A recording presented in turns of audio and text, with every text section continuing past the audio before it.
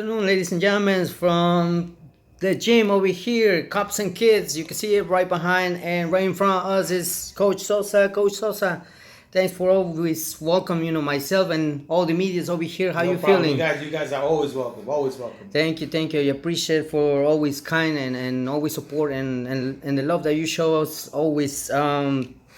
Hey, here comes on July 11. It's gonna be a historical women's boxing movement. Fights like I never seen that card before. Thanks to Jay Paul, MVP Promotions, all the team behind and promoters. Katie Taylor, Amanda Serrano, third fight coming in the U.S. New York City, where everything started. Now it seems that everything is gonna end. I don't know how you see this fight going. Well, it's gonna be a great trilogy fight. I mean, both fights have been. I was there for the first one. I thought Amanda won the first one. Second one was closer, but we could have gone either way. So, but I thought Amanda won the first one. The third one, I'm sure, is going to be better than the first two. I mean, those are two great fighters. I mean, you can't take anything away from Taylor. Taylor's an amazing fighter. But then again, Amanda. We know Amanda since she was little and everything. She's a great fighter, great person. Always looking out for women fighters and people. She's such a great person. And hopefully I will be able to attend the fight. But yeah, I think it's going to be the best of the three fights. Oof, the best of the two fights that we had it already. And I can tell that a lot of movement on women's boxing. And now every time that I see now every performance from different, female fighters, different, sides of the world, it's getting better. What's your thoughts when you see now women's boxing performance? Not disrespecting the men's, but it's getting a little bit more of course. fired up. I mean, on some of the boxing cards, you do see that there be some great women fights, and unfortunately, they don't make the same money as the men, and they should. Well, not well, yeah, they should, but hopefully, Amanda is in a position that she could change women's boxing, and hopefully, she will. I think she is. She is making some. Say, for example, this card is all women. And I'm sure she's going to be looking out for the women that they get paid what they're supposed to be getting paid. And Amanda is in a very good position of her doing that. And she'll change women boxing. She will change it. I believe so too. And also, now disrespecting Katie Taylor as well. Katie Taylor is one of the images in boxing because these two great champions, great fighters has changed the whole, picture of women's boxing. And I've been doing, like kind of interviews all over the world, traveling at least from a video call. And I've been asking, everyone like, what's your thoughts on women's boxing? Amanda Serrano, Katie Taylor, and with all due respect to many champions out there, but they said, Amanda and Katie Taylor has made the revolution of women's boxing. What's your thoughts, Coach, when you hear female boxers from Mexico City, they support so much Amanda Serrano? Don't get me wrong, they give it the credit also to Katie Taylor, but also they give it, a lot of recognition being one of the Latin female fighters, Amanda Serrano, representing all women's boxing as a Latino, as a Latin female there's boxer. always that rivalry between Mexico and Puerto Rico. So whenever you see, Taylor's a great person and all that, but Amanda's Puerto Rican, Spanish, so Spanish always going to be supporting the Spanish people, and that's why they support each other. We support each other, Spanish, Mexican, Puerto Rican, Guatemala, Honduras. We all support each other. It's so true. I mean, eventually, this card, it's amazing card. There's so many great fighters from all around the world. Comes from the UK. It's coming from Australia, and also it's gonna be Spain. The co-main event. Jeniffer Miranda, she's a very good friend of mine. She has a tough fight with Alycia Baumgardner. A very tough fight. But Miranda, she's tall, long, very awkward. That's going to be a very tricky fight. Everybody thinks, Alycia is going to take an easy fight, but it's going to be an awkward fight for Alycia.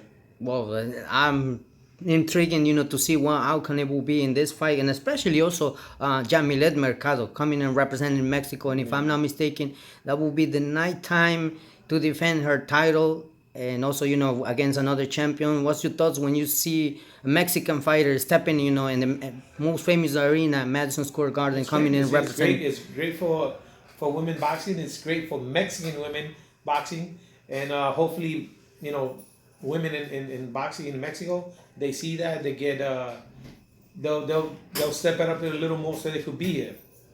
Awesome, awesome. Excuse us, fellas. You come over here. No worries. And also, right now over here from Cops and Kids, we have someone who represents also Cops and Kids, and also a fighter that eventually we're talking about, Nisa, Yeah. Madrina Rodriguez. What's your thoughts when you see a woman like that, representing Cops and Kids and going out there doing her job as a police officer and coming over here also, to do some guidance to all these youths and everything like that?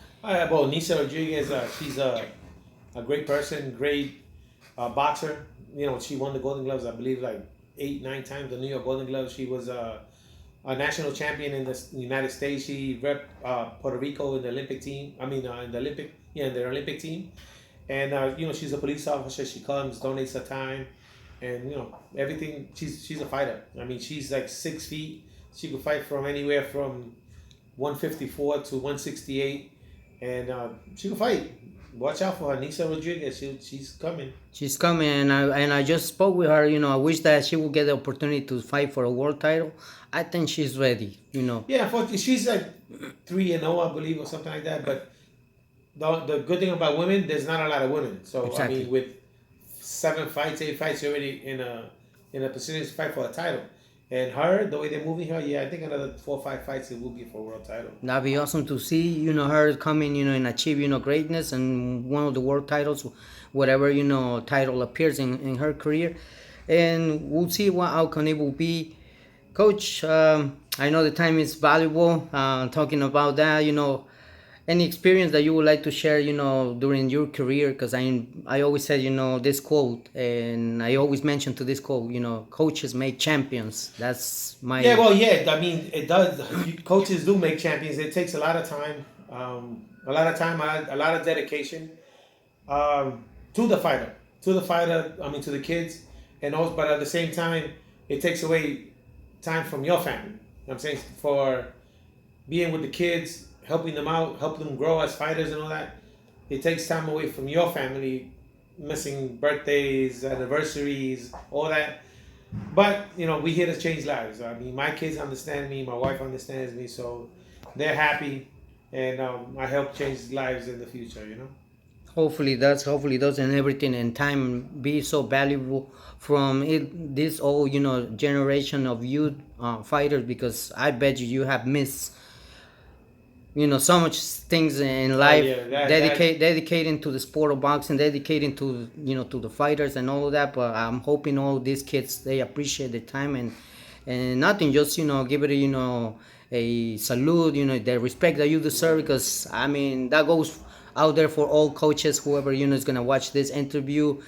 Coach Sosa, before we wrap it up this interview, I know being asking questions and all, one by another.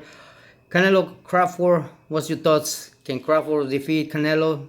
It's gonna be an intriguing fight. I think that 2 weight classes is a little too much. I mean, Crawford is a great fighter, but Canelo's been up in 68 for a long time, so his weight's gonna be the way it should be. Crawford is gonna be going up 2 weight divisions, and when you go up 2 weight divisions, the speed is not the same. The power might be a little bit, but the speed, the reaction, all that slows down a little bit because you got extra weight in your body. So, and I don't know if Crawford will be able to move around that much for 12 rounds. And if he stays and bangs with Canelo, I mean, I have to give the edge to Canelo. So, I like Crawford, but I think Canelo will either win by decision or maybe a late stoppage. That should be interesting to watch. You just mentioned 2 weight classes. It's a lot. It's a lot for some fighters. They've been like moving weight classes up and down. Sometimes they realize that it's not the same. An example, I mean, good example, Charlo. When Charlo went up for Canelo, he felt the difference. 2 weight divisions, it's big. I mean, it's gonna be a very good fight. I hope both guys do give a great fight for the people, because the people have been asking for this fight, and it's finally going to be coming. So I hope it's a great fight, so everybody could be satisfied. I don't want it to be like Mayweather and Pacquiao fight, that when they did fight, it was like a fight that wow. It took so long. Yes, definitely, Coach. Before we wrap it up the interview, any message that you would like to share with the fight fans and everyone? Nothing, guys. Just keep supporting my boy right here. Everything's great. Thank you for the interview. No, you're welcome, and it's always a pleasure to come over here visiting to you guys. And what can I say? Big shout out to you and the whole team over here behind you. And guys, if you ever want to step by over here, Cops and Kids is one of the gyms that build up champions, and it's always to come over here. They welcome you as a family.